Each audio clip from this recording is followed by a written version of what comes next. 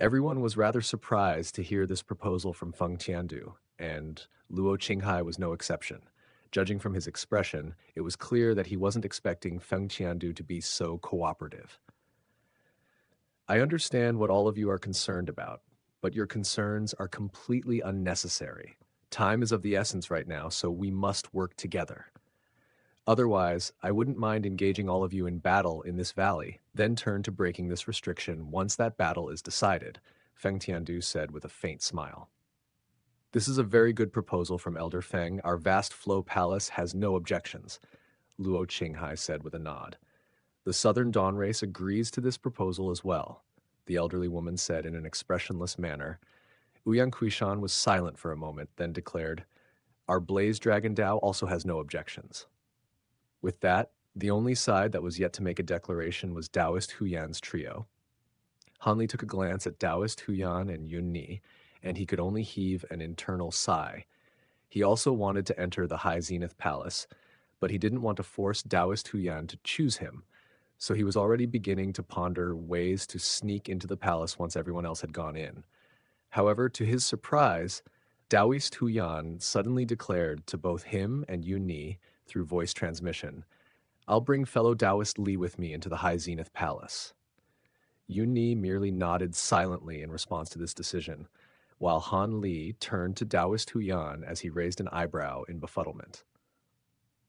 I've never been able to get a good handle on you, but there's one thing that I'm confident of, and that's that you're definitely not a treacherous person, so I have no qualms about bringing you with me. Most importantly, I have faith in your powers, Taoist Huyan explained.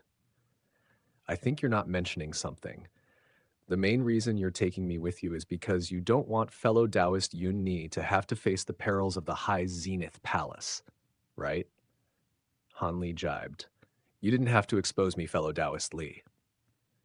Taoist Huyan chuckled as he discreetly handed Han Li something. Once we're done here, I'll follow through on my promise and give you the final 2 levels of the mantra Axis scripture. You have my thanks, Han Li replied with a smile as he stowed the item away in a covert fashion. Meanwhile, Yunni was watching Taoist Huyan with a faint smile on her face, but a hint of concern in her eyes. Finally, Taoist Huyan turned to everyone else as he declared, Our True Flame sect has no objections either. All right, in that case, let's begin right away, shall we? Luo Qinghai proposed. Everyone immediately gathered around and began making their way toward the stone wall upon hearing this. It appears to me that the scenic artwork engraved onto this stone wall is very similar to that of the Infernal Frost scenic painting, but at the same time, it's not completely identical. There are 13 of us present, and if all of us use the 9 Palaces Array shattering formation while unleashing the 9 True Spirits technique at once, then we should be able to break this restriction. Luo Qinghai declared. Everyone present fell into a contemplative silence upon hearing this, while Han Li turned to Taoist Hu Yan as he raised an eyebrow. The 9 Palaces Array shattering formation was quite a prevalently used formation in the Immortal realm, and as the name suggested, its purpose was to break restrictions. As for the 9 True Spirits technique, this was a technique that was slightly inferior to the Great 5 Elemental True Light, but perhaps it could be more potent than the Great 5 Elemental True Light when used in conjunction with the 9 Palaces Array shattering formation. In that case, please oversee the proceedings and we'll begin right away, Feng Tiandu said. Luo Qinghai nodded in response, then began instructing all of the Golden Immortals present to get into the correct formation, following which he gave everyone a detailed explanation of how to use the 9 True Spirits technique. After that, he declared, let's begin. In total, there were 13 Golden Immortals present, 1 from the Vast Flow Palace, 2 from the Southern Dawn race, 3 from the Blaze Dragon Dao, and 3 in Han Li's camp, and all of them began unleashing the 9 True Spirits technique at once. As everyone began to chant a collective incantation, their robes began to billow and sway as gusts of wind swept through the area, and the immortal spiritual power fluctuations emanating from their bodies were becoming more and more pronounced. Han Li was standing on a point in the formation, and a peculiar feeling welled up in his heart. This was an array of individuals using the 9 True Spirits technique at the same time. Yet, due to the fact that they were arranged in the Nine Palaces Array shattering formation, some type of strange connection had formed between all of them. Their immortal spiritual power was like 13 streams that were drawn in by some type of force to converge into a single lake. Luo Qinghai was situated at the forefront of the formation, and he was the only outlet for this lake. Bright blue light was rippling around him as he made a peculiar hand seal before thrusting it forward, and all of the people in the formation instantly began to glow radiantly, while the immortal spiritual power in their bodies surged toward Luo Qinghai. A vast volume of immortal spiritual power converged to form a lotus flower projection beneath Luo Qinghai, and it rose up like a lotus flower platform to elevate him in the sky. Blue light emerged within his eyes as well, and strands of azure light also appeared over his robes, roaming around as if they were living creatures. He joined his palms together before pointing a finger at the white stone wall, and a pillar of blue light instantly shot out of his fingertip to strike the stone wall. The white light barrier on the surface of the stone wall immediately began to churn like boiling water, and a series of transparent ripples surged over its surface in all directions. Meanwhile, in the sky above a misty green lake, a loud commotion was ringing out, and massive waves that were in excess of 1,000 feet tall were constantly erupting out of the lake, while streaks of light of all types of different colors were flashing through the air. There were a series of strange vortexes on the surface of the lake that stretched all the way down to the lake bed, and several figures were traversing over the water above the vortexes with great difficulty, clashing against the blue figures that were constantly springing out of the vortexes. It was unclear what these blue figures were. They appeared to be puppets, but their bodies were formed by water and would be scattered upon being struck by powerful attacks, only to quickly reform to enter the battle once more. The ones that these blue figures were attacking were none other than Shui Ying and the other Northern Glacial Immortal Palace cultivators, who had been recruited by Luo Qinghai to assist him. Back when the Vast Flow Palace cultivators first arrived here, this place had still been a vast yellow desert.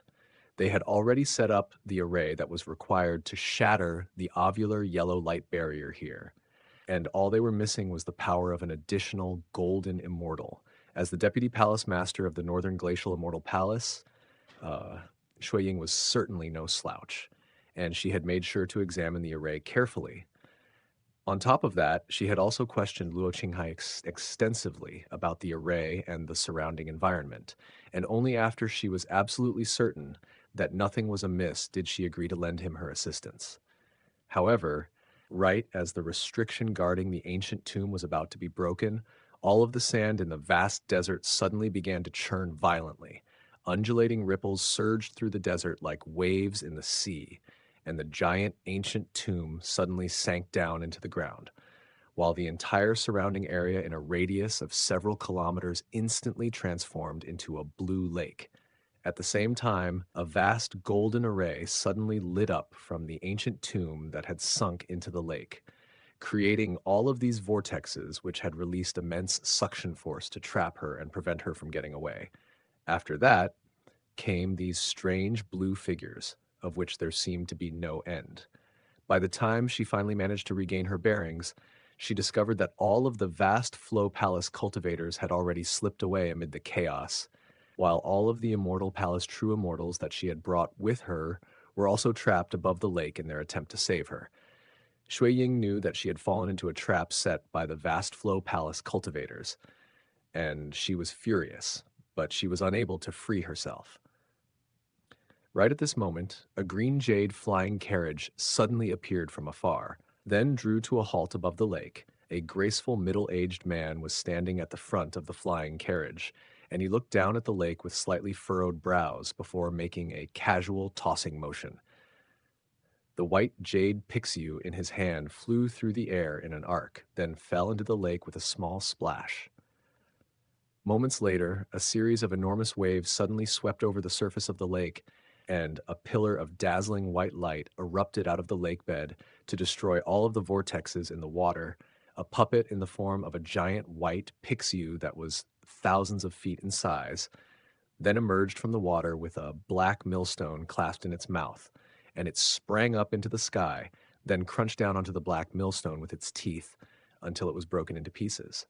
At the same time, the surface of the lake gradually began to return to its former peaceful state, and only then were Shui Ying and the others freed. After taking a moment to compose herself, Shui Ying cast her gaze toward the flying carriage, then began to approach it before stopping around 10 feet away, where she extended a respectful curtsy toward the middle-aged on the flying carriage. Junior Shui Ying pays her respects to Immortal Envoy Gongshu. The middle-aged was none other than Gongshu Ju, the Immortal Envoy sent by the Heavenly Court. Why are you being so formal and distant?